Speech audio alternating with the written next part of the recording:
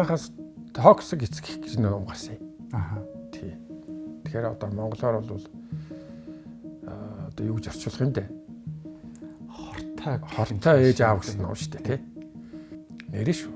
Бид нэр хизээ ном уншиж хүүхдээ уншуулж ирсэн. Улсын хүч бол унших гэж байгаа шүү дээ. Яаж уншиж जैन те? Тэр чин тэр улсын хүч чадлыг харуулж өгдөгөө гэсэн. Одоо хүм бодхоос ичдэг тийм зүйлүүдийг бичсэн номыг уншихаар ингээд би харцааж байгаа шүү дээ. Энэ их хэлээ зэгцлэхгүй бол ер нь манай энэ хэл ер нь ингээд мартагдана. За байс тэгэхээр тэгэл би тэрийг хараад гутж байгаа байхгүй тий. Одоо сургууль төгсөөд ном уншихгүй одоо тэгээ сайхан амьдраад явж байгаа хүмүүс зөндөл байна. Номоор яах вэ? Дараа нь ажилласаа хөгжсөн. Ер нь би аягүй олон ном уншчаа кино болохоор ингээд үздэг байхгүй юу? Зөв. Тэгээд сүүлдээ би ямар шийдвэр төрсөн бэ гэхээр ер нь би киног үзэх болъё гэж бодсон.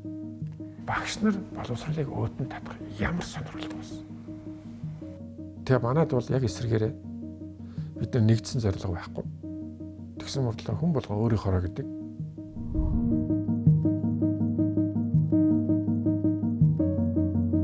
Одоо жишээ нь нөгөө эмэгтэй хүний амьдрал 40 наснаас эхэлдэг, эрэгтэй хүний амьдрал тэднээс эхэлдэг гэдэг ном хэвлэлүүд бас олон байдаг шүү дээ, тэ. Энэ дээрээс ингээд бодоод үзэх юм бол ер нь яг хүний амьдрал хизээ эхлээд байд юм бэ? Гэхдээ төрхөөс л эхэлж шүү. Хүн болоолоо. Тий. Төрхөөс одоо тэгэл мажих хүртэл яваа шүү дээ. Гэрэл зурагчин байсан да. Гэрэл зургийн салбараас номын салбар руу шилжих тэр явц бас надад сонирхолтой санагдаж байна л да. Тий. Би ч одоо гэрэл зургаар сургууль төгссөн. Тэгээд гэрэл зурагч нараа ажилласан. Тэгээд сүүлдээ одоо улсын гэрэл зургийн газрыг толгойлсон. Тэр газар нь татан бөгдсөн. Дараа нь ажилласаа хөгжсөн. За тэгээд ерөнхийдөө одоо гэрэл зургаар ингээд сонин сэтгүүл зураг тавиад амьдрах боломж бас нууцсан. Тэгээд одоо гэрэл зургаа одоо хэвлэмэл бүтээл болгож л гаргая гэж хангах бодсон да. Тэгэл одоо гадаадын жуулчд зориулсан ил загтал хийгээс ахуулаад тэгэл явсаар байгаа хүүхдийн ном гээд ингээл цуурчдаг юм ба шүү дээ. За хүнсний салбарч гэдэг юм уу те ингээд өргөн хэрэглээний бараа бүтээгдэхүүнүүдийн салбартай харьцуулахад номын салбар өөрөө ер нь хэр тийм өргөн цар хүрээг хамарч чаддаг бизнес вэ? Жоох шүү дээ. Хамар хүрээ юу? Жоох. Ер нь хэн ном уншдаг үлээ л гэд бодно шүү дээ тий. Хизээ хилээд хэдэн жилийн өмнө манайхны нэг хүмүүсийн нэг 10 хүний нэг л ном авдаг юм шиг байна. Тэгээд ном авсан хүмүүсийнх нь тий 10-ны нэг л ном уншдаг юм шиг байна. Тэгэхээр бас дотроо зах зээл бол үнэхээр жоохон яг бэлгэлэх явдал бас их байдаг юм билээ. Тий. Тэгэхээр бид бол номыг бол бэлгэлүүлэх гэж хийдгүү. Бид нар аль болохоор тэр номыг уншаасаа. Тэр номын тухай бас хоорондоо ярилцаасаа. Ер нь ном гэдэг чинь хамтаараа ярилцах сэдвүүл байх хэрэгтэй шүү дээ. Тэ? Уран зохиолын ном ч гэсэн. Яг сурахчгууд бол өөр хэрэг. Тэ? Хичээл юмдаа хэрэглэнэ. Ер нь ном бол биднэрт бүгдээрэнд нь байдаг тийм асуудлыг хөндсөн тийм сайн зохиолуудыг л бид нэр уншигчдад хүргэхийг боддог. Тэр утгаараа бол ном бол уг нь бидний тийм нийтлэг сэдвээр ярилцах тийм боломж байхгүй. Таны хувьд унших номоо яг өөрийнхөө унших номыг яаж сонгодог вэ? Хоёрдугаарт гэх юм бол мэдээж хэрэглэгчдэд хүргэх тэр номынхоо сонголтыг бас яаж хийдэг юм бол? За ямар ном уншдаггүй бол энийг унших л өгч байгаа юм чинь. Нэгдүгээр одоо бид чи өдөр тутмын хийх ажил чинь ном унших шүү дээ. Тэгэхээр би ямар ном дээр илүү уншиж те тэр хяналт тэр номын орчуулагч гэдэг юм уу те энийг илүү хийж чадах вэ гэдэг номоо сонгодог. Тэр нь голдуу бас нэг яхан нийгмийн түүхийн сэдвүүтэй номнууд байдаг. Тэрэнд илүү дуртай. За хүүхдийн номнууд руу бас хаяа ордог. ер нь их орж ирсэн. Одоо бол арай бага орж байна. Тэгээ сонноос юм штэ. Одоо ингээд бид нэр ном гаргаад явж байна. Хүүхдэд зориулсан номнууд бол их гоё байдгийг. Яагаад гэвэл хүүхдүүд чинь сонирхож сонирхгүй гэдэг шууд хэлцдэг. Илэрхийлж. Тий. Би түрүү хэлсэн. Ер нь бол бид нар ингээд адилхан монгол хүмүүс биднэрт одоо юу өгүүлэгдэж байна вэ те? Оюун санаа, хүний бодол, сэтгэлд биднэрт одоо юу өгүүлэгдэж байна вэ гэдгийг бид нар барагцаалж номныхаа сонголтыг бас хийдэг. Нэг талаар нөгөө талаар дэлхий дахин юу уншиж байна уу? Хамгийн сар бүтээлүүд юу байна уу? Бас тэрийг олж тэрийг одоо бусад орнуудтай адилхан аль болох хурдан түргэн тэднэртэй уралдаж одоо зах зээл дээр гаргах уншигч төргөх ийм л ажил сонголтын хувьд явдаг. Жишээ нь өв уламжлал, ёс заншил гэдэг зүйлээ бид нар ингээд нөгөө нэг хадгалж үлдээх ёстой гэж ярьдэн штэ тий. Тэр магадгүй бас яг нөгөө уламжлагдаж үлдэх нэг хувилбар ном байж болох юм. Гих мэтчлэнгээр ингээд нөгөө нэг жишээлээд ингээд яваад үзэх юм бол ном өөрөө ер нь хүнд юу гэхийг зорж байгаа тийм одоо чинь соён гэгэрлийн нэг хэлбэр гэж бодож болно шүү дээ. Тэнгүүт ном өөрөө ер нь яг хүнд юу өгөх хэвтэй юм? Тайвширлыг өгөх хэвтэй юм уу? Ухаарлыг өгөх хэвтэй юм уу? Эсвэл өнгөрсөн түүхээ таниулах хэвтэй юм гэж бодоод үзэнгүүт асар олон өргөнлөг болчихж байгаа юм л яг гол цэг нь одоо чинь шашин болгоны гол цэг нь хайр гэдэг шиг. Тэгэхээр энийг олон янзаар ярьж болох байх. Жишээ авахад манайхаас токсик эцэг гэж нэг ном гарсан юм. Тий. Тэгэхээр одоо монголоор бол одоо юу гэж орчуулах юм бэ? Хортой ээж аав гэсэн ном шүү дээ, тий. Тэгээд тэр ном бол бас нэлээд хүмүүст ингээд хүрсэн. Гэтэл фейсээр бас нэлээд эсэргүүцэл явсан. Тэгээ нэг номын клубийн хүн бүр юу гэж бичсэн бэ гэхээр ер нь одоо ном уншиж хүүхдээ хүмүүжүүлнэ гэж юу хийсэн. Тэ? Монгол хүмүүс чинь бол нэг ном уншаад хүүхдээ хүмүүжүүлээд байдаг юм ба. Тэ? Эцгийнхээ одоо уламжлал ёс заншилж идэг юм ингээд нэг юм байдаг шүү дээ, юм үг. Тэгээ би тэрийг сонсонгуудаа энэ хүн яг үнэ хэлж байна. Нэрэ шүү. Бид нар хизээ ном уншиж хүүхдээ хүмүүжүүлж ирсэн. Тэ уламжлал ёс заншил гэхээр л одоо Ахмадын үг алт тийм үү? Хүн ахтай, дээл захтай гэл ингээл ерөнхийдөө одоо хүний хийснийг л хийгээ явцдаг л ийм л одоо уламжлал ёс заншил байлаа шүү дээ. Гэтэл нийгэм өөрчлөгдсөн. Бидний амьдрал өөрчлөгдсөн. Тэ? Бид нар ингээд нэг байгальтайгаа ингээ хамт амьдарч байсан бол одоо байгалаас одоо салаад ийм одоо өөрсдийн орчин бий болгоод нийгэмшээд, суурьшаад ингээд ирэхээр бид нар бол яг тэр байгаль дээр амьдарч байсан амьдрал бол өөрчлөгдсөн. Тэгэхээр ер нь тэр асуулт их чухал асуулт байсан. Тэр одоо хүнсээ бол. Тэгээд би хүнээр хэлүүлэхгүй юу. Хүрээ дээр яг хамт сууж байгаа яри. Чиний хэлж байгаа юм чи үнэн шүү. Тэг яг бид нар тэр номыг гаргасан шалтгаан юу вэ гэхээр бид нар бүгдээрээ мэднэ те. Ер нь бид нар одоо бүгдээрээ л энэ улс орны иргэн нэг л одоо улс орн нэг л сургуулийн систем нэг улс дотор байдаг учраас ер нь хоорондоо бол нэг хамт олон нэг айл гэрэл хүмүүс шүү дээ. Тэгээд өнөөдөр ингээд бид нар эргээд өөрсдийнхөө хүмүүжил ёс суртахуунуудынхаа талаар ингээл бодоход эсвэл гадна дотны ном ингээд уншихад бол асар их асуудлыг бид нар бол мэдэх ёстой юм байна. Ер нь бол хүний одоо амьдрал хүмүүжилд бол ээж аав тийм их нөлөөтэй гэж юу. Ер нь би одоо бодож байгаа ээж аавын нөлөөнөөс илүү нийгмийн нөлөө байд юм. За тэгээ ээж аав болов хүүхдээ зөв хүмүүжүүлж ийн гэж бодож байгаа боловч буруу юм хийсэн масар их юм байд юм. За тэгэхээр яах вэ? Энэ номыг уншаал одоо аав ээж рүү дайрч болохгүй шүү дээ. Тийм ээ? Бид нар бүгдээрээ л аав ээжигээ хүндэтгдэг, хайрладаг, хайрлах ёстой. Гэтэл манай аав ээж нар бол одоо тэрнээс л дор байсан. Тэрний цаашаа бол бүр дор байсан. Ер нь хамгийн гайгүй аав ээж тэр л одоо хүн болоод тэгэл одоо бид нар цаашаа бол өшөө сайн аав ээж болох ёстой шүү дээ. Тэгэхээр тэр ном бол аав ээжигээ одоо өөлөх яах тийм одоо муугаар үзэх одоо сэдв биш. Бид нар би яаж хүн болсон, миний алдаа дутагдал, миний сайн муу хүмүүжил яаж нөлөөлсөн юм бэ гэдгийг тэр номноос, тэр хөндлөнгийн хүний бичсэн номноос ингээ уншихад би хүүхдээ би яах ёстой юм бэ гэдэг дээр илүү их анхаарна зү. Тэ? Тэр утгаараа айгүй чухал ном байхгүй. Ямар ч зүйлийг одоо нэг хүн харьцуулж иж илүү сайн мэддэг болдсон шүү дээ, тий. Тэгэхээр одоо жишээ нь аав ээжийн хүмүүжил надад ингэж нөлөөлж исэн. Тэнгүүт тэр номыг уншуулахаар ямар нэгэн харьцуулах үнцэг гараад ирчихэж байна.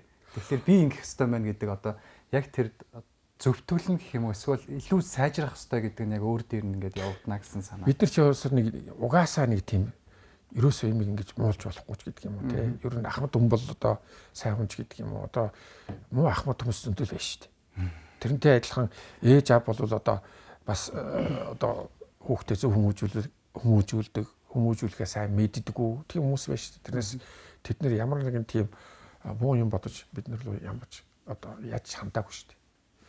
Тэгээ ер нь бид нар энэ чиглэлээр бас нэлээд ном гаргадгийг энэ аюул чухал сэдв. Эдмон группээс эрхлэн гаргаж байгаа зохиол бүтээлүүд, контентууданд хүүхдэд зориулсан, хүүхдэд чиглэсэн зохиол бүтээлүүд нэлээд их хувийг жин дарж эзлээд.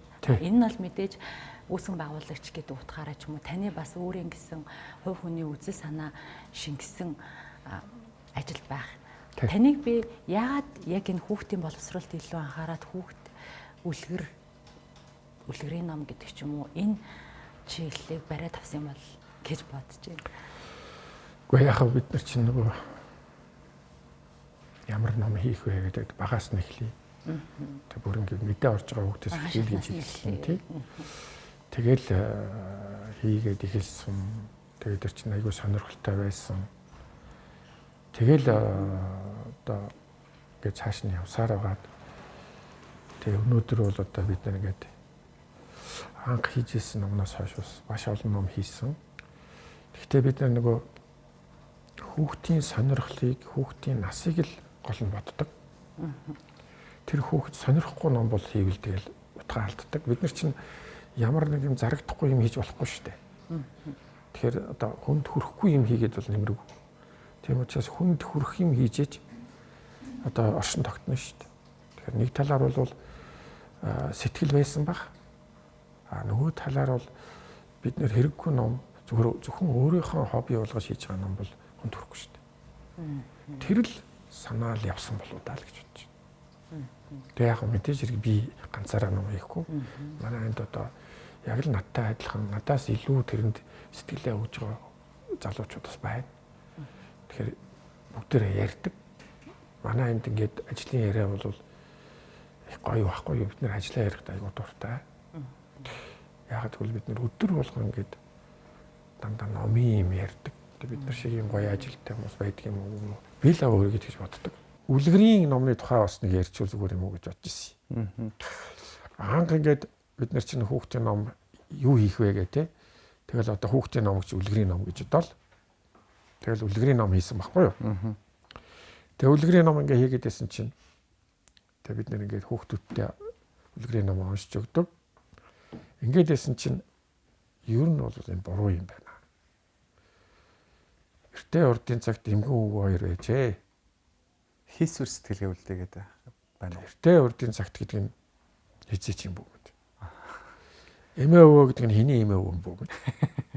За ингээд үлгэрүүд ерөнхийдөө эхэндээ нэг жоохон ядуу байсан хөхд явандаа бол баатар болдог ч юм уу, баян болдог ч юм. Нэг ийм л юм дотор л эргэлдээд идэг байхгүй юу? Тэгээд бид нар өнөөдөр яг ямар ном хийж ийнэ гэвэл өнөөдрийн хүүхдүүдэд яг өнөөдрийн тухай ном хэрэгтэй. Яг нүдэрээ хараад гараараа барьж болох тийм агамталж болох юмныхын тухай. Чихээрээ сонссон юмныхын тухай. Ийм ном биднэрт байдаг юм байна. Эцэг эхчүүд ерөөсөө хүүхдийн ном гэхээр үлгэрийн ном л гэж боддог. Эсвэл багадаа уншижсэн ном өгдөг. Гэтэл хүүхдүүд яг өнөөдрийнх нь ингээд амьдрал юмтай холбоотой номнууд байхгүй. Тэгэхээр хүүхдүүдийг өнөөдөрт нь холбох юм байхгүй болж байгаа. Хүүхд чинь хорвоо ертөнцтэй танилцах, тэ алхмаар танилцмаар байдаг. Дандаа үлгэр ярьж өгöd байдаг. Тэ? Тэгэхээр бид нар яа харахгүй одоо цаг юм та.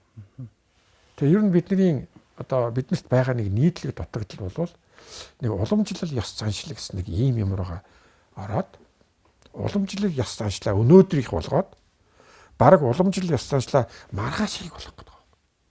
Тэр чинь шалгуурлчаад байна тийм. Ирээдүй өнөөдөр өнгөрсөн гэсэн энэ 3 цаг үе чинь гуруулаа өөр. Бид нэр одоо дэндүү өнгөрсөн цагийг тэр чигээр нь байлгах гад өнөөдөр тэр чигээр нь авчрах гад нөгөө дархлаа мархлаа гэсэн тэр шүү дээ. Одоо хэл соёл бүх юм дархлаа гэдэг юм яриад байдаг. Дархлаа гэдэг бол шүү дээ хамгийн сайн дархлаа юу хөгжүүлэх явдал байна. Хүн чамайг одоо муулах юм бол чи өөрөө хамгаалахын тулд эсэргүүцэх хэрэгтэй шүү дээ. Тэр хөгжүүлэх юм байхгүй. Тэрийг хадгалах гал ерөөсө төрийн бодлого нь өөрөө хадгалах зорилготой. Хуучин хэвээр нь байлгах зорилготой. Тэрийг хөгжүүлэх тийм өнөөдрийг болгох, тэрийг маргааш руу авъяж тэр процесс явагдахгүй. Өнөөдрийг хүүхдэд тайлбарлаж өгөх тийм шатаараа ийм контентууд өгүүлэгдэж байна. Тийм ч учраас өнөөдөр одоо 3 настай хүүхэд ингээд YouTube гэдэг бараг хэлд орж байна. Контент байхгүй. Өнөөдрийн контент байхгүй. Тэгэхээр эцэг их нь баярлаад байна шүү дээ. Манай хүүхэд англи хэл сурч байна. Сандаа ч үзүүлж юм байхгүй. Дэндүү хэцүү байгаа шүү дээ. Тэгэл нэг ганц 2 үг ингээд зэйлчгээр баярлал. Тэр цаана юу тэр хүүхд хэрэгтэй байна гэдгийг бид нар бодох хэрэгтэй байхгүй. Тэнд хийх хэрэгтэй байхгүй. Аюулгүй хийх юм байгаа шүү дээ. Монгол бахархлын цуврал бид нар чи одоо бахархад нь гэхээр л одоо Чингис гээл одоо тэгээ зогсчдөг шүү дээ. Тэгэхээр бид нэр энэ цувралаа гаргахтаа ер нь өнөөдөр амьдарч байгаа бидний бахархах хүмүүс хэм блэ?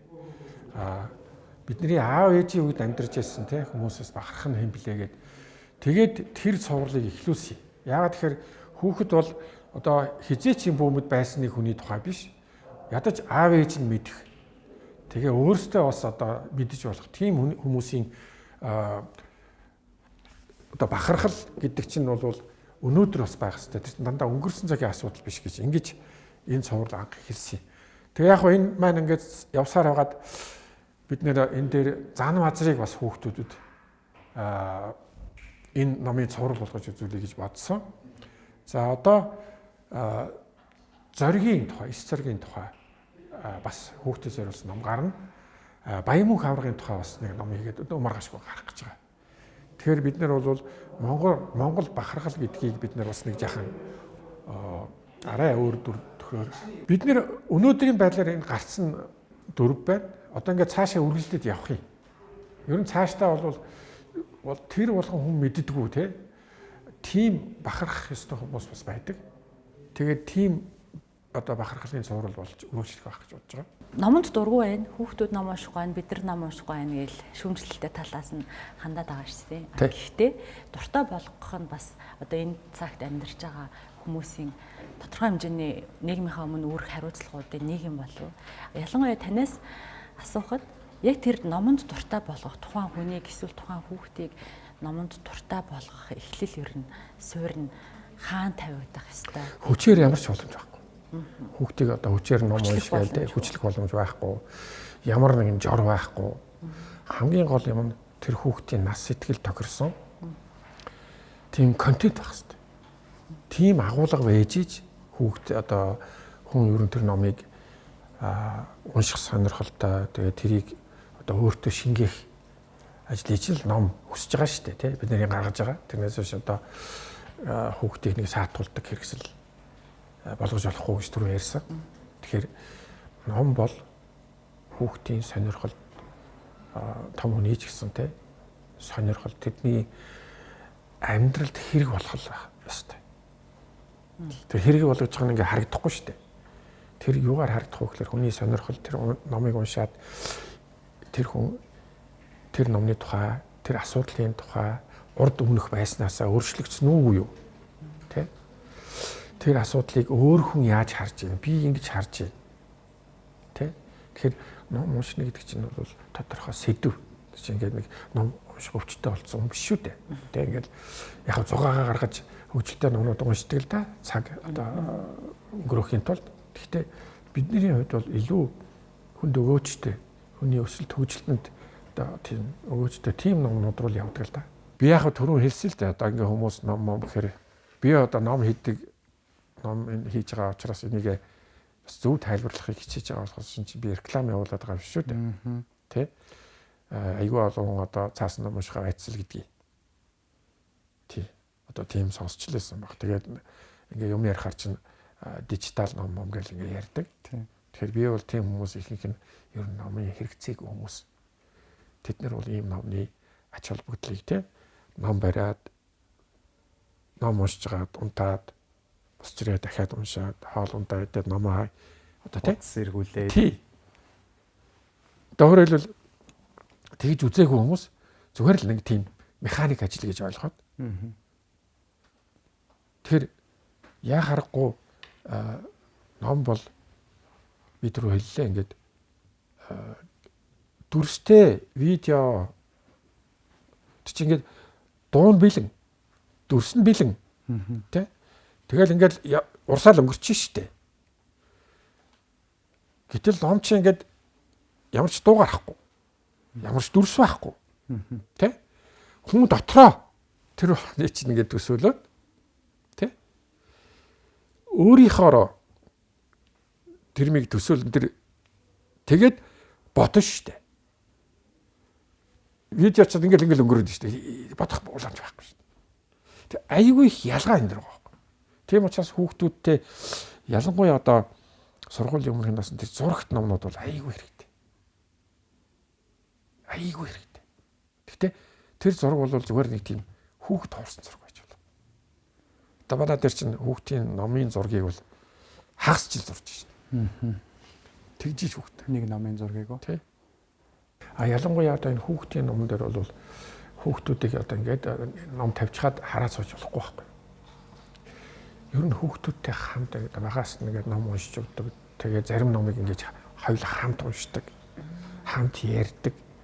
Ийм юмд хүүхдүүд хачин дуртай шүү дээ. Энийг уншаараа гээд бэлдэж өгөөд ном авч өгөөд байгаагаа л бид нэр уулнал ном уншихад нь суралцуулаад байна гэж ойлгоод байдаг. Гэтэл тэр чинь бас асар учир дутагдaltaй зүйл юм байна. Хамтдаа уншина гэдэг чинь хамаагүй хамтдаа уншиж байгаа хамгийн хүүхдүүд хамгийн таалагддаг юм. Аавтайгаа ярина те өөр дээр нь суун өдөржингөө байхгүйсэн те ээж хинч байдгийн те.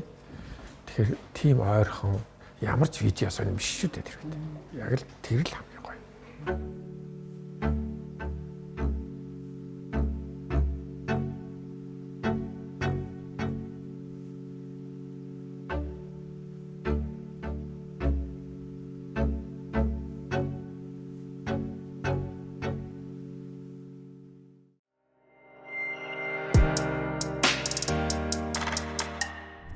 Ер нь одоо дэлхийн ч гэдэм үү те Монголын мундаг зохиолч нар ингээд бүтээл төөрөвж явахдаа ер нь яг энэ ном гэдэг юмыг яг ямар зорилгоор бичдэг вэ?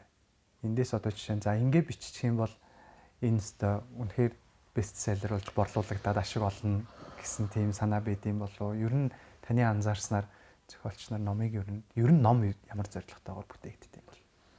За янз бүрийн ном байгаа шүү дээ. Уран зохиолын ном байна, тань мэдхүү ном байна те. Хүүхдийн ном байна. Одоо юу ч гэдгийг сурах чиг байна гэл ингээл янз янзын номнууд. Тэг яг би ямар байх ёстой юм бэ гэдэг талаар л ярина үхээс ш одоо зорилгын ямар нэгэн дүгнэлтүүд ихээр бас олон юм ярих баг. Тэгэхээр гадны бид нар ч одоо маш сайн зохиолуудыг орчуулад одоо болж игэл одоо хэл найруулгын үед Монгол ном уншиж байгаа юм шиг тийм одоо хэлбэрээр одоо уншигчтай өргөх гэж одоо олон жил чармааж байна л да. Би өөрөө нэг герман сургууль төгссөн. Тэгээд ер нь герман руу одоо сүүлийн үед Японтай их холбоотой байна. Японы хэвлэлийн газруудтай их холбоо. Тэднээс их тийм туршлага авдаг л да. Тэгээ ер нь жил болгон 2-3 удаа Германд явдаг. Тэнд очиж хэвлэлийн газартай тэр ажилдаг. Найз нөхдөд болсон. Хувийн харилцаатай болсон бас тийм ирж очдог. Бид нарт энд ирээд сургууль семинар явуулдаг. Ингээд одоо янз бүрээр одоо холбогдоод тэгэл тэднээс чинь аягүй их юм сурна штэ. Тэрийг л одоо Монголд хэрэгжүүлэх хүслээр л одоо ажилтдаг штэ. Тийм. Тэрээс биднэрт бол яг энэ чиглэлээр ингээд сургуулаа төгсөөд боловсроод ингээд мэрэгжилтэн болоод гараад ирдэг систем алга. Миний хувьд ч гэсэн шал өөр мэрэгжил. Тэгэл одоо гоё л ажил хийж байгаа юм чинь тэгэл цаашаа явна шүү дээ. Тэгээд ингээд ном зохиол, ялангуяа уран зохиолтой ингээд хараад байхад бол гадны үнэхээр одоо яхахгүй мундаг зохиолч нар бол ер нь бол өөрийнхөө амьдралтай л холбож бичдэг юм байна. Өөрийнхөө үзсэн харснаа тэрийг л гол нь гэж мэддэг юм авчдаг, мэдэрсэн юм авчдаг. Тэ? Тэгээд тэрийг авьяасаараа тэ бичдэг. Тэр бичсэн зүйлүүд бол дэлхийн одоо хаанч амьдарч байгаа хүмүүс ингээд сайн зохиолыг авахд уншихад ингээд яг л бас миний тухай юм шиг санагддаг. Хэрвээ зохиолыг уншаад чи өөрөө тэр зохиолтой холбогдохгүй бол би бол тэр зохиолыг сайн зохиол гэж боддгоо. Тэгэхээр хүн зохиолыг бол хүн яхахгүй одоо өөрийнхөө үзэж харсныг хүмүүст тэ хуваалцах тийм маягаар уран зохиолыг бичдэг. Тийм хүмүүсийн зохиол бол одоо ямар ч хүнтэй яриад ямар ч хүнээс зөвлөгөө авснаас илүү хүнд хүрдэг юм болов. Тэр зохиолчдын бичгийн онцлог нь юу вэ гэхээр ерөөс хинээс ч ичихгүй бичиж байгаа. Одоо би ингэ бичвэл яах вэ?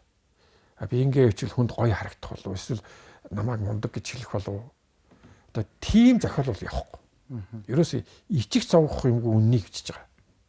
Тийм зохиолууд хүн түрээд байгаа байхгүй. Яахарахгүй тийм зохиолууд хүмүүс илүү уншаад байгаа. Яагаад гэвэл өөр хүнээс авч чадахгүй юм тэр нуунаас авдаг байхгүй. Тэр байтугай одоо хүн бодхоос ч ичдэг тийм зүйлүүдийг бичсэн номыг уншихаар ингээд би харцааж байгаа шүү дээ. Эсвэл яг ингэж бодож болдго юм байна шүү дээ. Ингээд тийм байна шүү дээ. Хүн өөртөө ярьж байгаа байхгүй. Тэгэхээр эн чинь сайн зохиол гэдэг бол хүн би ингээд ном уншдаг бол зөвхөн өөрийнхөө хувь тавилангаар л явна та. Би сайн зохиол уншна гэж тэр хүний яхарахгүй үнэн сэтгэлээсээ одоо өөрийгөө илчлээд бичсэн зохиолуудыг уншихаар би тийм олон зохиолыг уншна гэж би тийм олон хүний амьдрал руу ороод тэрэн дотор би хинбэ гэдгийг хараад байгаа байхгүй. Би тэрэн дундаас өөрийнхөө хинбэ гэдгийг илүү харж тэднэртэй харьцуулж илүү хэрсүүч ийн гэсэн үг үстэй. Тэ? Тэгэхээр тийм зохиолууд үнэхээр гоё л доо. Сайн номыг ер нь таны хувьд штэ юугаар нь үнэлдэг вэ?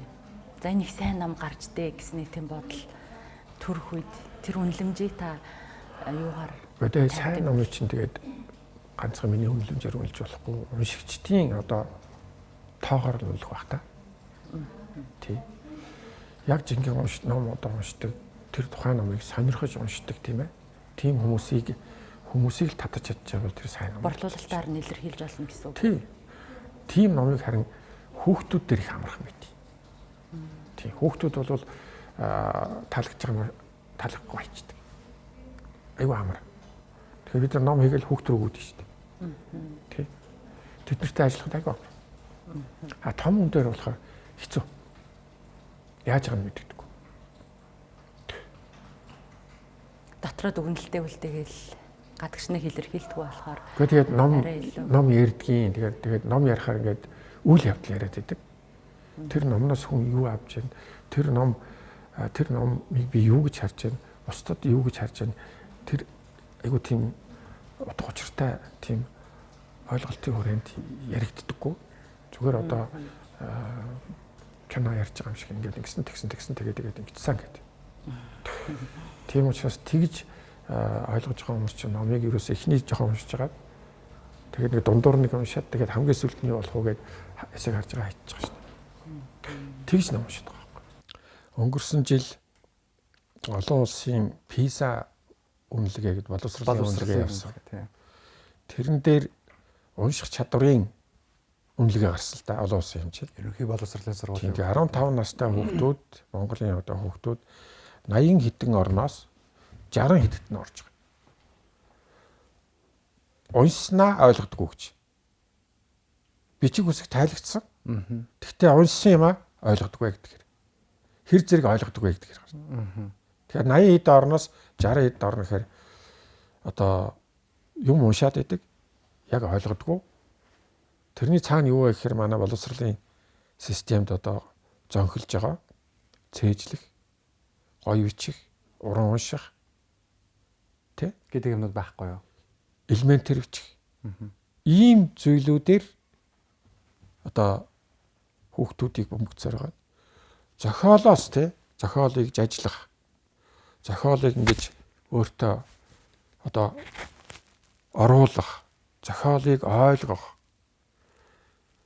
Хүн хэрвээ зохиол ямар нэг юм ойлгосон бол тэр чинь миний дотор ороод ирж байгаа гэсэн үг шүү дээ. Одоо аюу гой кино үзвэл эсвэл гоё дуу сонсвол хүн сэтгэл хөдлөлтөг үстэй. Тэрнтэй адилхан боддог тий. Тэрнтэй адилхан аюу сайн зохиол хэрвээ унших юм бол хүн нэг хэсэгтээ бол юм дуурч чадхаа байдаг.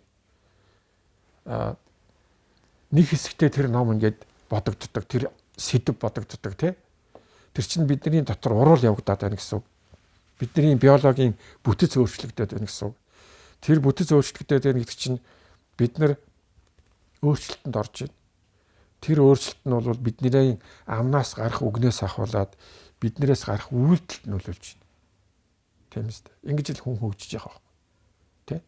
Тэгэхээр уншихын гол зорилго нь ойлгох асуудал, өөрийн болгож авах асуудал байна шүү дээ. Тэгэхээр сургалтаараа хичээлээрээ ийм имийг зааж өгөхгүй зөвхөн цээжлүүлээ шалгалтаа өгөөд маргааш нь марчдаг бол хин ном авах юм бэ? Тэгэхээр одоо бид нар мэдэн шүү дээ. Боловсролын систем гэж тий.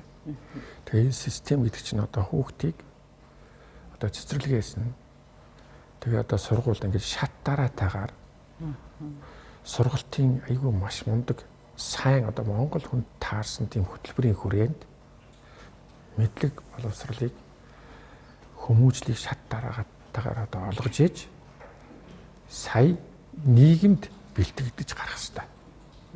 Жишээлбэл одоо Монголын их сургуулиудын дипломыг улсад оронд хүлээн зөвшөөрөхгүй байх явдал байгаа шүү дээ.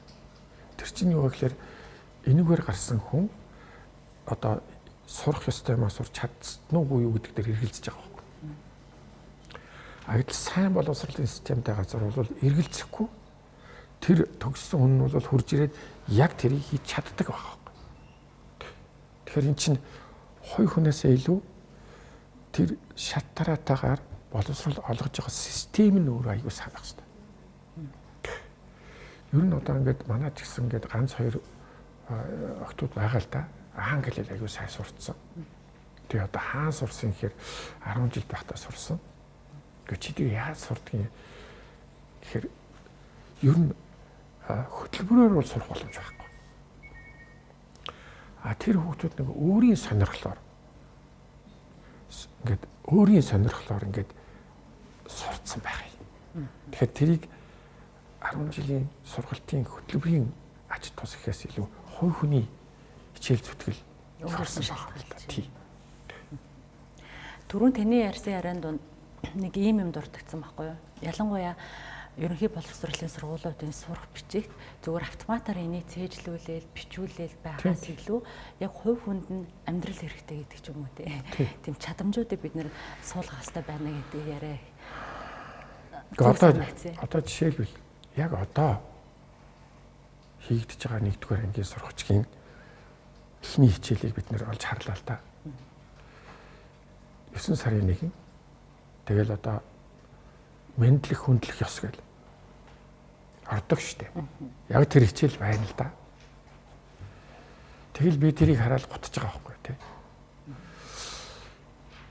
Хүүхэд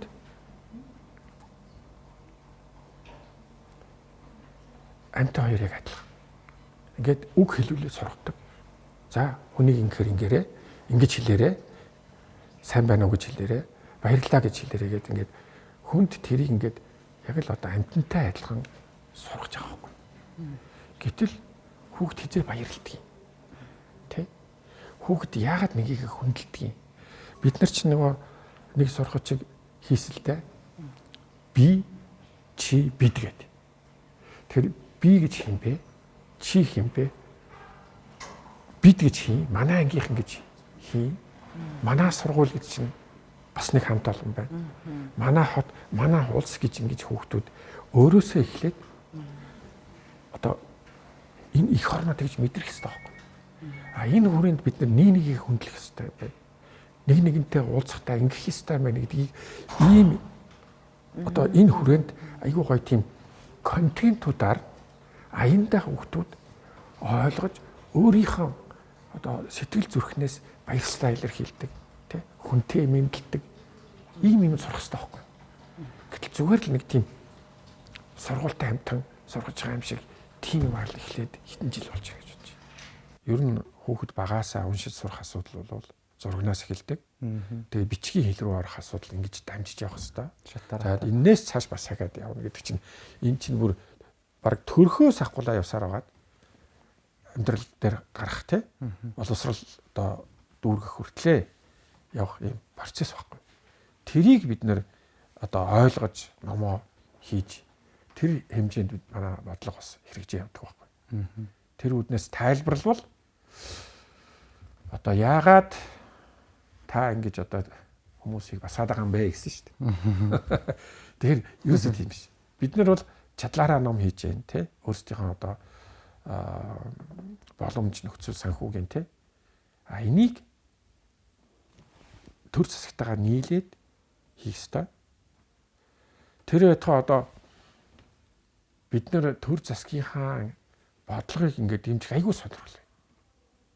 Тэгэхээр манай төр засаг маань ингээд яг энэ дээр бидний явуулж байгаа бодлогоны эсрэг бодлого явуулаад байдаг. Би сая хэллээ. Цээжлүүлдэг. Тэгээд тогтоологдог. Тэгээд уншуулдаг.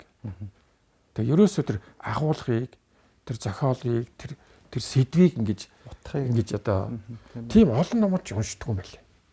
Сургуультаа их цөөхөн ном уншдаг боловч тэрийг айгүй сайн гэж одоо мэдэрч тэр зохиолоо дурууг нь зохион бичлэгээр ингээд янз бүрээр хийгээд ингэж хэлний боловсралтай болдог байхгүй.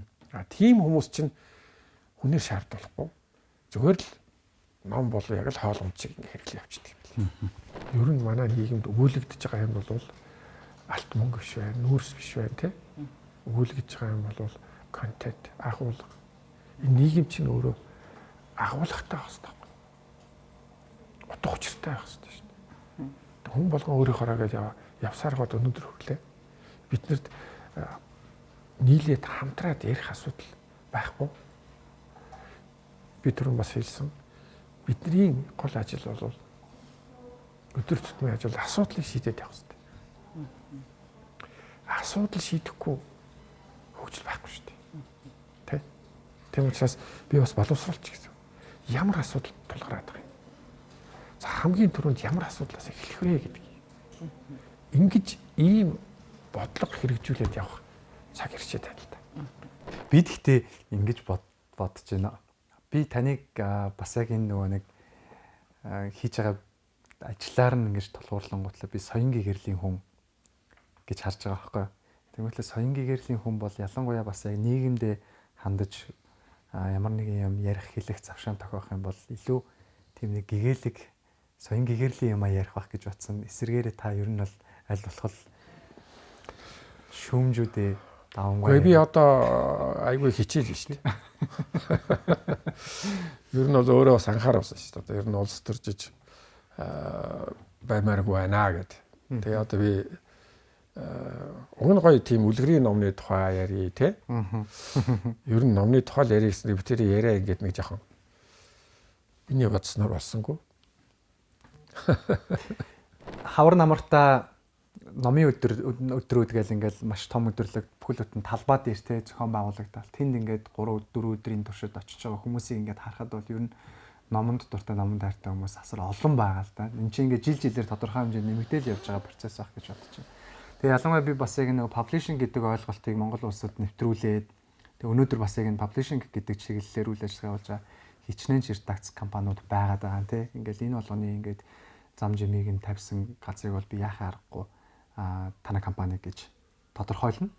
Тэгээд яг одоо ингээд бодоход магадгүй ингээ хамгийн сүүлд зохион байгуулагдсан намрын номын өдөрлөг дээр очиж байгаа тэр хүмүүсийг ингээд та хараад асар олон хүн байгаа шүү дээ. Тэр болгоныг ингээд харчаад за энэ бол бас тодорхой хэмжээнд манай компани хамт олонны оруулсан хувь нэмрийн үр дүн юм шүү гэдэг нэг тийм бодол сэтгэлгээ ер нь байдаг. Гой их олон юм бодол орж ирдэг л те. Тэгээ муу сайн 9 шит юм л бодогдсон шүү дээ. Тэгэл одоо талбай дээр хөөрхий тэгэл нэг асар дотор ингээд нэг зохиолж 2 ном тавьчихсан сууж яхад сайхан санагдахгүй. Тэ. За тэгэл бөө мөнгө төлөөл. Тэгэл тэрнээс эс юм болдог. Одоо тэнд хүмүүс ч бас нэг ном зараа ил гэж тэр чинь номын захал байхгүй юу? Тэ. Нэг дор цогнос одоо уг нь энэ номын өдрүүдийг гой зохион байгуулж болно шүү дээ. Тийм сонирхол алгал байна л да. Ялангуяа тэр зөвшөөрөл энэ юмыг бас дэмжиж өгдөг газар нь байдаг бол соёлын яамч гэдэг юм уу тийм алга. За тэгээ эдгээр чинь ерөнхийдөө бол одоо талбай дээр гарч иж үг хэлдэг тэр болгоныхаа одоо тэрийг нээдэг тэр юм нь л одоо их чухал болохоос биш. Яг номын агуулгын талаасаа тэнд одоо ярьж байгаа тэрийг сонсож байгаа ямар ч тийм боломж нөхцөл байхгүй баахан уртын дуу аялуулаад чарлуулаад тэгэл ер нь бол тэнд одоо яг хэвтэ тэгэл хийгээл хүмүүс ирээл хийгээл ингээл зарим жилд бид нэр яршиг гэж боддог юм. Бөө хар ажил. Ер нь яаж оролцох хэвтэй энэ номын өдрийг яаж зохион байгуулах хэвтэй? Чи баяр байх хэвтэй. Жинхэнэ нөгөө ном зохиодог хүмүүс энэ баяр байх хэвтэй байхгүй юу? Тэгээ тэр ном зохиодог хүмүүс чинь айгүй их тийм хүндэтгэл тэр хүмүүсийн жинхэнэ одоо ном зохиолын агуулга ярьсан. Ер нь одоо уншсан номоо ярьсан ийм том ажил байх хэвтэй байхгүй юу? Тэрнээс тэнд ачаад нэг хэд ном хэн авах вэ гэдээ хараа сууж идэг те. Ийм доош орцсон юм байж болохгүй байхгүй юу? Би чи одоо зөндөөл гадагшаа дотгошоо ийм номын яармаг юмд явлаа шүү дээ. Тэгээ тим юм чинь зохион байгуулад үгүй бол одоо би хичнээн сайхан хийж болохоор тэгээд тим хүсэл алга шүү дээ. За тэгэл одоо ивент итгэж байгаа гэл тэрний ивент итгэл дор гэл одоо хаа юм уу хайшин тий. Муухай шүү нэрэ. Одоо би ингээл төр засгаа шүмж засал болж ийн л да.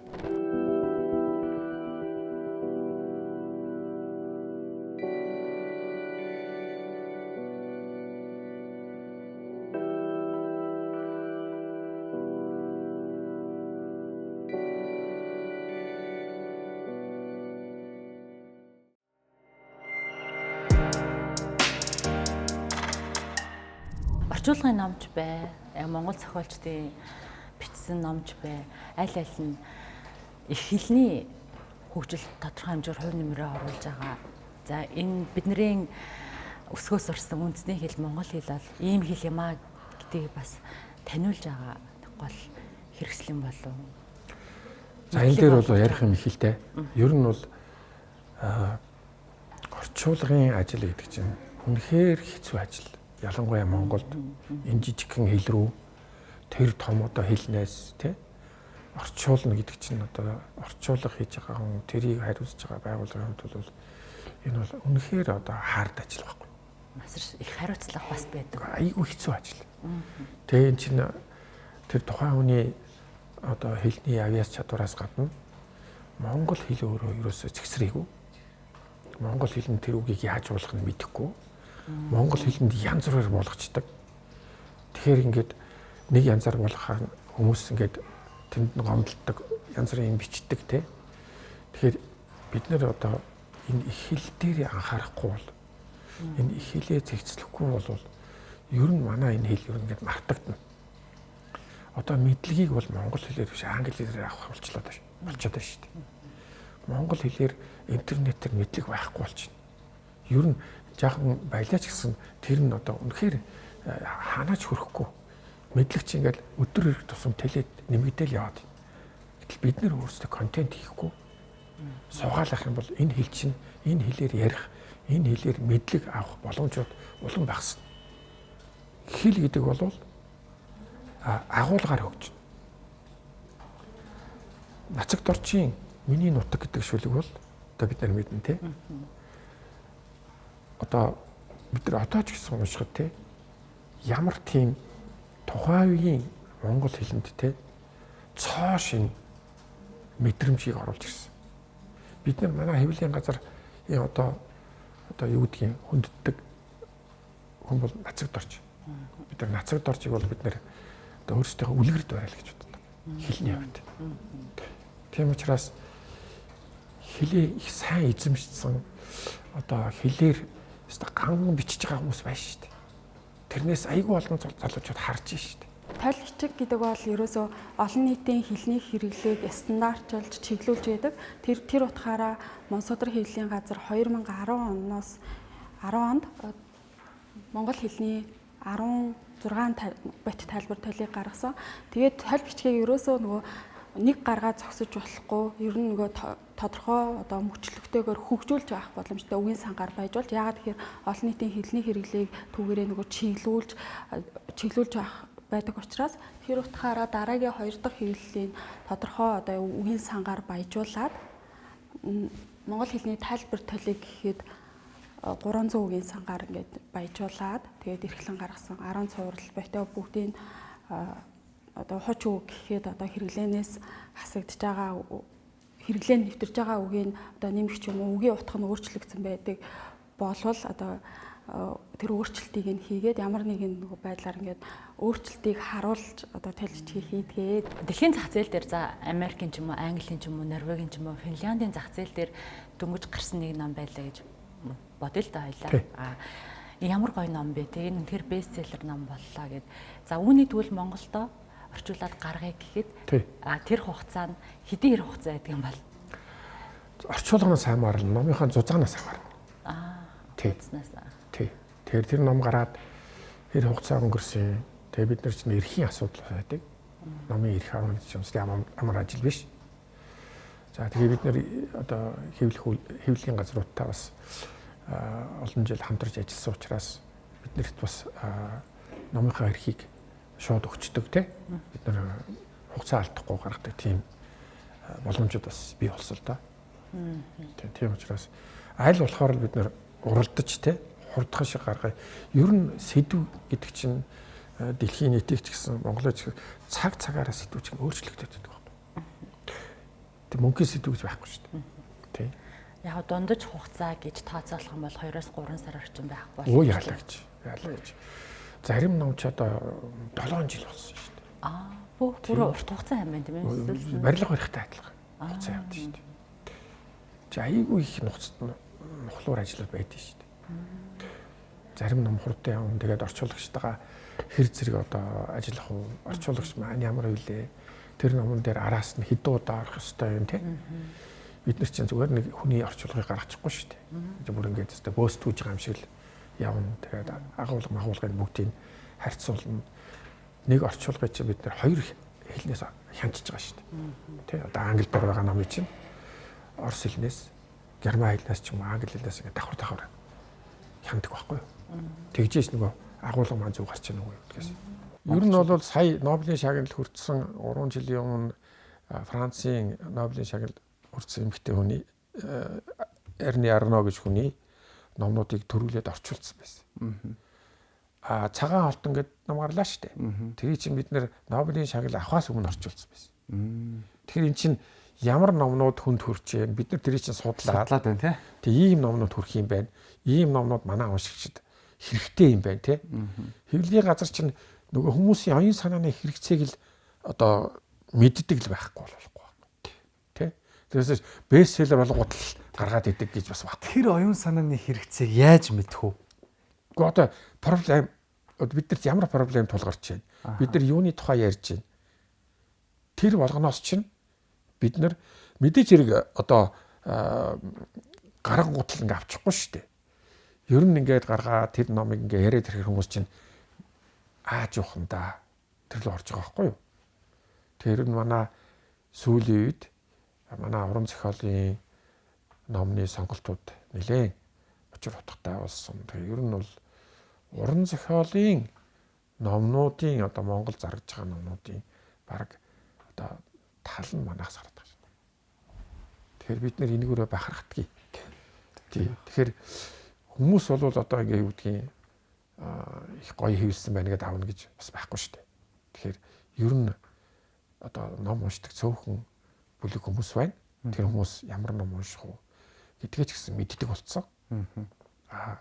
Орчуулга юу ном гарлаа манайх өстө бараг л гарахтаа зэрэгцээл орчуулад гаргаж байгаа гэдэг утгаараа бол бид нэр үнэхээр дэлхийн сонгодог шилдэг өнөөдрийн номнуудыг уншигчтай хүргэж байгаа шүү дээ. Эдмоны үйл ажиллагаа явуулж эхэлсэн цагаас ахуулаад ер нь бол ингээд нөгөө хорвоо ертөнцтэй танилцах цонх илүү олноор нэгдэж байгаа гэж харж байгаа байхгүй яа. Тэгэхээр яг тэр нөгөө publishing ч гэдэг юм уу те ингээд та бүхний үйлдвэрлэл номын одоо хэвлэх газар ч гэдэг юм ингээд процессын хувьд ингээд сонголтууд олон болж ирж байгаа. Яг энэ 29 жилийн цаг хугацаанд хамгийн оргил цаг үеийн магадгүй нөгөө борлуулалтаар тодорхойлогдож бас болох юм те. Ер нь гэхдээ одоо манай publishing компани ч одоо ер нь олон жил өртөө явлаа да. Тэг өнгөрсөн жилээс өргөө болсон. Одоо нөгөө хэвлэх үйлдвэрт өртөө. Тэ нэг номынхаа мөнгийг төлж чаддгүй. Өнгөрсөн жил ингээд өрөө тэглэсэн тэр одоо хамгийн сайхан цаг үе байлаа гэж. Нийгэмдээ үзүүлсэн нөлөө гэдэг талаас одоо ер нь гэхдээ та ингээд анзаараад үзэж хахад бас нэг тийм судалгаа байдаг л илүү дээ. Ер нь Эдмоны ялангуяа яг тийм нэг publishing номнуудаас хамгийн их борлуулагдсан гэж юу яах вэ? Эсвэл магадгүй хамгийн их хүмүүсийн сонирхсон ямар номыг та хэд маань юу яж чадсан бэ? Сонгож чадсан бэ?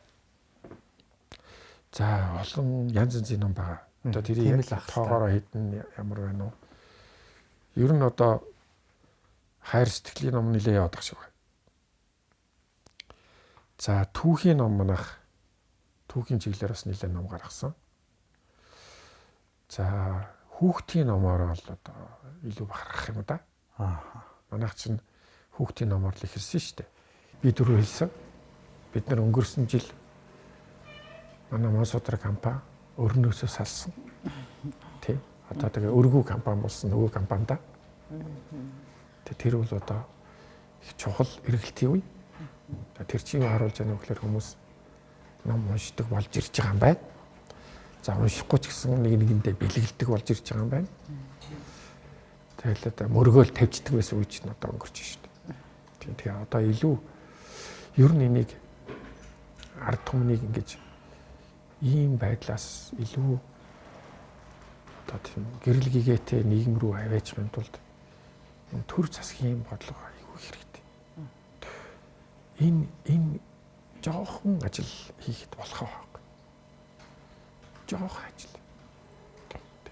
Тим ажилд хийгээсэй л гэж боддог. Тим хүсэл байгаасай гэж боддог.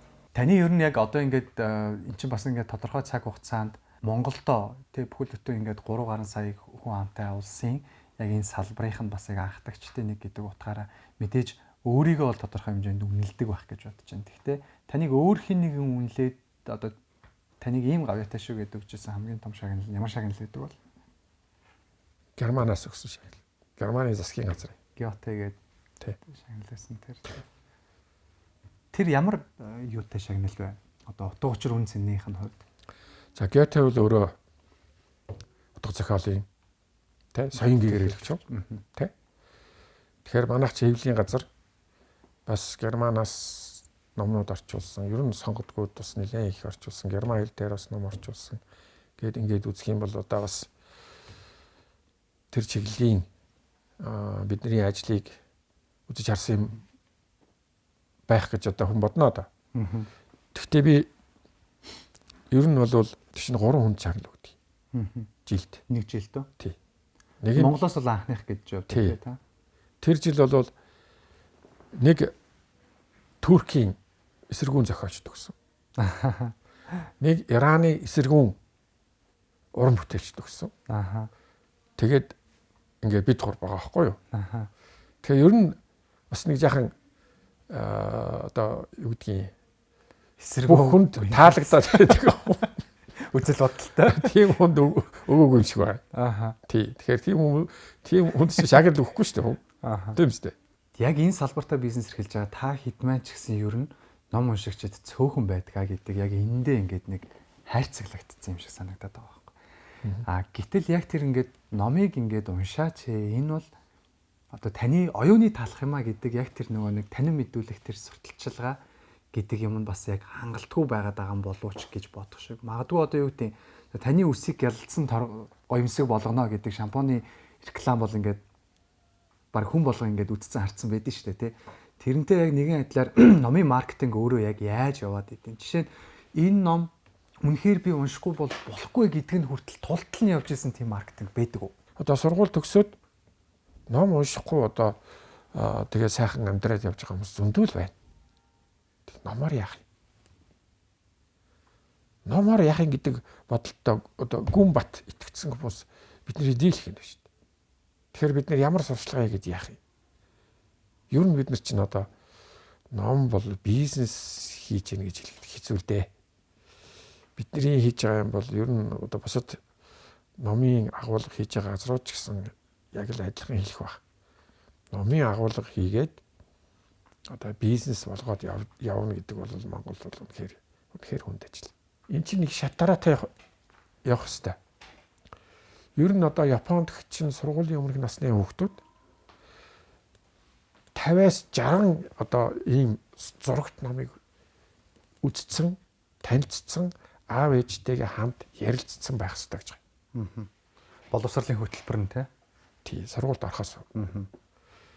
Тэгэхээр ер нь одоо хүүхэд сургуульд орохоос өмнө бичгийн хэлэнд сурахаас өмнө хүүхэд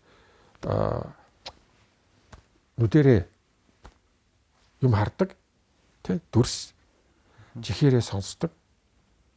Тэгэхээр тэрнээс өмнө бол дандаа зурагт ном.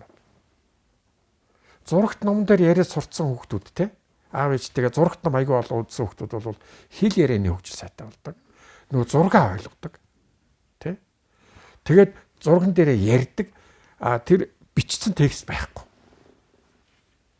Текстгүй ярихаар аав хүүхд хоёр одоо ингээд зурагт ном яхад тэр яриа бол юу ч ярьж болно. Тэгэхээр зурагт ном гэдэг чинь сайн зурагт ном гэдэг чинь амар гоё юм байхгүй. Сэтгэн бодох. Тэр чинь ерөөсөө контент ярьж штэ. Багаасаа контент ярьж гэсэн үг. Тэгэхээр тийм номнуудыг ямар ч чинь тоо хөөхгүй штэ чи. Ямар номнууд байх штэ. Бүгдийг ингээд бодцсон. Тэ? Ямар ном одоо бид нар ямар номоор бид нар хүүхдэд одоо ёс зүй, энэрэнгүй сэтгэл, хатуужил юу гэдгийг те энийг хүрэх хэвээр ингээд чи тодорхой бодлого байгаа шүү дээ. Одоо бид нар зурагт ном гэж ярьж байгаа шүү дээ. Юусе ямар ч текстгүй зурагт ном байгаа шүү дээ. Ямар ч текстгүй, ганц ч үггүй текстгүй тийм зурагт ном аюу гоё шүү дээ. Хүн тэр үгэнд баригддаг байхгүй. Тэгэл аав хоёр ч нэгэл дуртаагаараа тэр номоо ярьж байгаа байхгүй. Чөлөөтэй сэтгэж байгаа. Тийм учраас зураг гэдэг чинь аюу хүүхдүүдийн хэлний хөгжилд сургуульд орохоос нь аюу чухал. Тэгээд эн чинь яаж яах вэ гэхээр 1-5 дугаар анги гэдэг чинь 1-р ангийн номнууд чинь маш их зурагтай. 2-р ангийн бас зурагтай. Ингээд явсараа 5 дугаар анги гэхэд чинь зураггүй болоод хоос нь нүцгэн текстүүд яваад эхэлнэ. Эн чинь нөгөө хүүхд чинь нөгөө чихээрээ сонсоод нүдэрээ харж ирсэн юм бичгийн хэлбэр рүү ороод ирж байгаа. Тэгээ сурах хүчгийг ингэж хийх хэрэгтэй байхгүй. Тэгэхээр эн чинь маш их тийм органик ажиллагаа хичээл хооронд анги одоо өгсөх энэ зурагнаас бичгийн хэл рүү оруулах энэ ажлыг хийх хэрэгтэй. Манайд өнөөдөр хэдэн багш нийлээд нэг текст бичээд тэгээд хинээр чамаагүй зураг хийгээд ингээд хийгээд байгаа байхгүй юу? Энэ болохгүй шүү дээ. Хөгжилгээд ярихаар технологи гэдэг үг яалтчгүй одоо бидний саашгүй өдөр тутамд амьдралд өссөн үйлдэл ороод ирж шүү дээ. Тийм. Тэр технологийн хөгжлийг, технологийн хэрэглээг та хувьдаа ер нь хэр зөвтгдөг вэ? Гэхдээ одоо зүгээр сууж болохгүй. Одоо бүх юм бүтээмэл оюуханаар явагдах цаг ирэнд ирчлээ. Одоо бид нар бол бүх юмаа тэрлүү чиглүүлж тий. Одоо бид нар ч гэсэн энэ компанийн хувьд ч гэсэн одоо сайтай ажиллахгүй бол болохгүй. Тэ. Бид нэр энэ орчуулгын ажиллаа, бид нэр өдөр тутмын энэ одоо бүх юмыг одоо тэргүүгээр төсөөлөхийг аргагүй болж эхэлж байна. Одоо бид нэр хэдхэн жилийн өмнө Википедиа гэдэг юм байсан тийм. Тэр одоо бүр өстой ямар гоё юм бэ л гэж бодож байсан. Эннээс цааш юм байдг юм уу гэж бодож байсан. Одоо Википедиа байхгүй хэрэггүй болж байна. Тэ? Тэрнээс өмнө ингээл том лексикон толнууд байсан. Тэ? Тэр бүгд хэрэггүй болсон шүү дээ. Тэр ямар хайр найргүй өөрчлөлт явж байна тий. Тэгэхээр одоо энэ хайр найргүй өөрчлөлтөнд хамт одоо тэгээд асар хурдан асуудлаа шийдээд ярилцаад явах хэрэгтэй л гэж бодож байна. За хоёлаа ярилцлага өндөрлөе. Нэвтрүүлгийн маань урилгыг хүлээн авсан танд баярлалаа. Хэдийгээр бид нар өнөөдөр 21-р зуун техник технологийн 90 үед амьдарч байгаа гэж нэг талаараа шалтгаан болгож хэлж байхыг үгүйсэхгүй яг ийм цаг үед амьдарч байгаа. Зүгээр л энэ гар утас гэдэг зүйлнээсээ бид нар одоо баг нэг хэсэг болон утсан дээрээсээ бас ингээ уншаад идэг байсан бол одоо унших биш.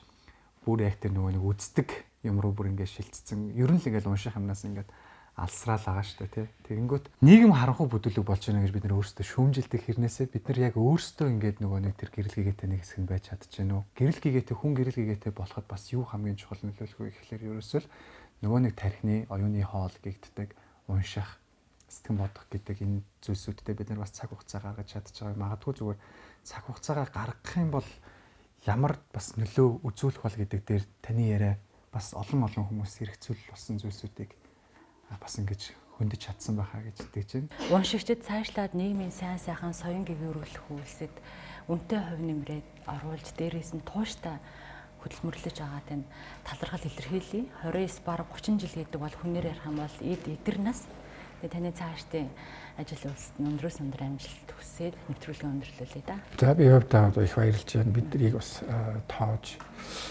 ирж одоо бас гээд энэ боловсрал соёлын гэрлийн сэдвээр сонирхож те ийм цаг хугацаа гаргасан нэвтрүүлэгт оролцуулсанд бас баярлж байна. За баярлалаа. За гоё хөгжилтэй яриа болсонгүй биш үү гэдэг.